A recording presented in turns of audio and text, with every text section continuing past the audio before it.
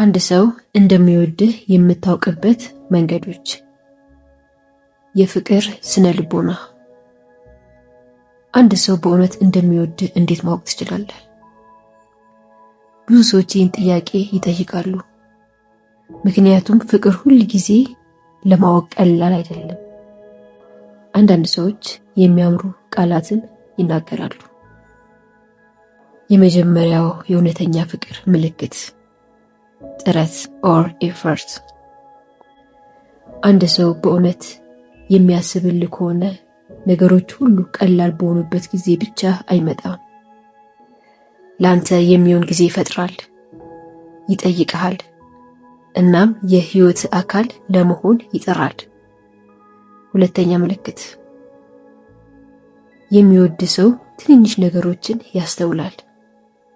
ምን ደስ እንደሚያሰኝ፣ ምን እንደሚጎዳ እናም ምን አይነት ህልም ለማሳካት እየሰራ እንደሆነ ያስተውላል።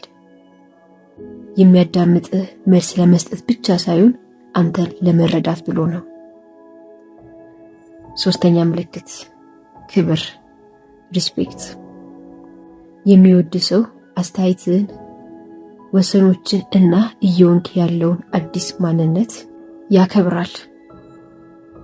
ህይወትን መቆጣጠር አይፈልግም፣ ይልቁንም እድገትን መደገፍን ይሻል። አራተኛ ምልክት ማንኛውም ሰው ለአንድ ቀን ደግ ሊሆን ይችላል። ማንኛውም ሰው በጥሩ አጋጣሚ ውስጥ ትክክለኛ ቃላትን ሊናገር ይችላል። እውነተኛ ስሜት ግን በጊዜ ሂደት በሚቀጥሉ ድርጊቶች ነው የሚታየው። ነገር ግን ይህን አስታውስ፣ ፍቅር ማለት ፍጹምነት ማለት አይደለም። ሁሉም ሰው ይሳሳታል።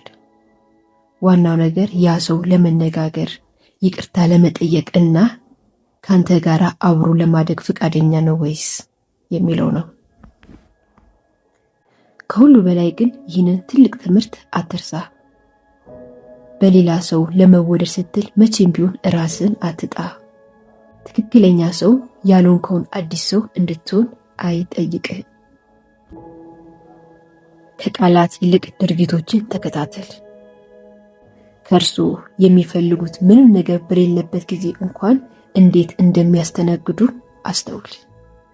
ምክንያቱም እውነተኛ ፍቅር ሰው የሚያወራለት ስሜት ብቻ አይደለም፣ በእንክብካቤ፣ በክብር እና በታማኝነት የሚገለጽ ድርጊት ነው እንጂ።